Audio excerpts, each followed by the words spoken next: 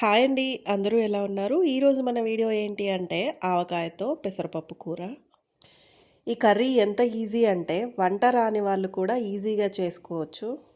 ఆవకాయ అంటే ఏంటి అనుకుంటున్నారా? మామిడికాయ పచ్చడి, మాగాయ వివిధ రకాల ప్రాంతాలను బట్టి వివిధ పేర్లతో పిలుస్తూ ఉంటాము. ముందుగా అయితే పెసరపప్పుని ఒక గ్లాస్ వరకు తీసుకొని శుభ్రంగా కడిగి ఉడికించుకోవాలి.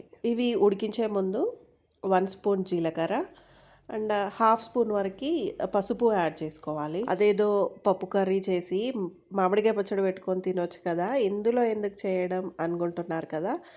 మీరు ఒకే ఒకసారి ట్రై చేసి చూడండి ఎంత టేస్టీగా ఉంటుంది అంటే. ఇది నేను కొత్తగా చేస్తున్న వంటకం ఏం కాదు, మన అమ్మమ్మలు నానమ్మల కాలం నాటి నుండి దీన్ని ప్రిపేర్ చేస్తున్నారు. మనం సమ్మర్ వచ్చిందంటే మామిడికాయ పచ్చడి పెట్టుకుంటాం కదా, ఆ పచ్చడి తీసి పక్కన పెట్టాను బౌల్లో. క్వాంటిటీ ఎంత వేసుకోవాలి అంటే మీ స్పైస్ని బట్టి యాడ్ చేసుకోండి. ఎందుకంటే మనము ఎలాంటి కారం ఉప్పు ఇందులో యాడ్ చేయము. స్పైస్ ఎక్కువగా తినేవాళ్ళు ఇంకొంచెం ఎక్కువగా యాడ్ చేసుకోండి పచ్చడిని. చూస్తున్నారు కదా, పప్పు సగం ఉడికిన తర్వాత ఈ పచ్చడిని యాడ్ చేసుకోవాలి. మీరు కందిపప్పుతో కూడా ఈ రెసిపీ ప్రిపేర్ చేసుకోవచ్చు, కానీ నేను చిన్నప్పుడు అయితే మా అమ్మ ఎక్కువగా పెసరపప్పుతో ప్రిపేర్ చేసేది కాబట్టి నాకు ఆ టేస్ట్ నచ్చింది. సో అందుకని పెసరపప్పుతో ప్రిపేర్ చేశాను. పప్పుతో పాటు మామిడికాయ ముక్క కూడా ఉడుకుతుంది. ఆ టేస్ట్ మాత్రం భలే బాగుంటుంది. ఒకే ఒకసారి ట్రై చేయండి. మీకు నచ్చితే మళ్ళీ మళ్ళీ ప్రిపేర్ చేసుకోండి, లేదా వదిలేయండి. బేసిక్గా మనం అమ్మమ్మలు నానమ్మల కాలం నాటి వంటలు అంటే ఎంతో ఇష్టంగా తింటాము. చేతికో రుచి ఉంటుంది అంటారు కదా, పెద్దవాళ్ళు ఏం కర్రీ చేసినా భలే బాగుంటాయి. ఇక్కడ మీరు కర్రీ కన్సిస్టెన్సీని బట్టి వాటర్ యాడ్ చేసుకోండి. ఇక్కడ కొంచెం పప్పు మెత్తగా అవ్వడానికి మెదుపుకుంటున్నాను. లేదు అంటే ఇంకాసేపు మీరు ఉడికించుకోవచ్చు. మెదిగిన పప్పు కొద్దిగా అండ్ కొంచెం పప్పు పలుకులు ఇలా కనిపిస్తే టేస్ట్ బాగుంటుంది.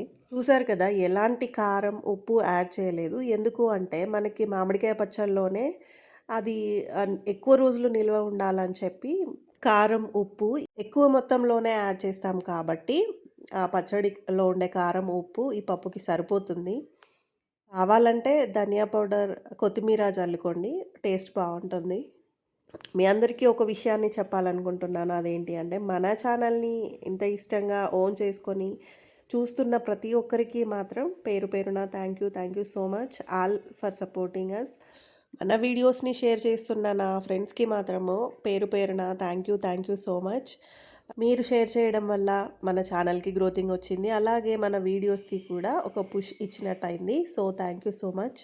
నెక్స్ట్ ఏంటి అంటే పోపు ప్రిపేర్ చేసుకోవాలి. ఒక పాన్ తీసుకొని సరిపడా ఆయిల్ యాడ్ చేసిన తర్వాత జీలకర్ర ఆవాలు, ఈ స్ప్రింగ్ ఆనియన్స్ మాత్రం ఆప్షనల్, ఎందుకంటే ఫ్రెష్గా మా ఇంట్లో ఉంది కాబట్టి యాడ్ చేశాను.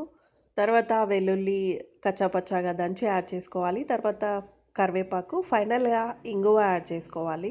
అంతే, పోపు ప్రిపేర్ అయిపోయింది. ఇప్పుడు ఈ పోపుని మనం ప్రిపేర్ చేసుకున్న కర్రీలో యాడ్ చేసి బాగా కలుపుకోవాలి. నేను స్టార్టింగ్లోనే వంట రాని వాళ్ళు అని ఎందుకు మెన్షన్ చేశానో ఇప్పుడు అర్థమైపోయి ఉంటుంది. కారం ఉప్పు ఇవన్నీ కూడా మీరు యాడ్ చేయనవసరం లేదు, పచ్చళ్ళలోనే ఉంటాయి. పోపు యాడ్ చేసుకొని కలుపుకుంటే ఎంతో రుచికరమైన ఆవకాయ పప్పు రెడీ అయిపోయింది. హోప్ఫుల్లీ మీకు ఈ వీడియో నచ్చిందని అనుకుంటున్నాను. వీడియో నచ్చిన వాళ్ళు మాత్రం తప్పకుండా లైక్ చేయండి. అలాగే మన ఛానల్ని కొత్తగా చూస్తున్న వాళ్ళు మాత్రం తప్పకుండా సబ్స్క్రైబ్ చేసుకోండి. ఆల్రెడీ సబ్స్క్రైబ్ చేసుకొని మన వీడియోస్ చూస్తున్న ప్రతి ఒక్కరికి thank you so much all for support. వేడి అన్నంలో ఆవకాయతో పప్పు కర్రీ అండ్ నెయ్యి యాడ్ చేసుకొని తింటే భలే టేస్టీగా ఉంటుంది. ట్రై చేయండి. సర్వేజన సుఖినో భవంతు. అందరూ బాగుండాలి, అందులో మనం ఉండాలి. And finally stay tuned for more cooking videos.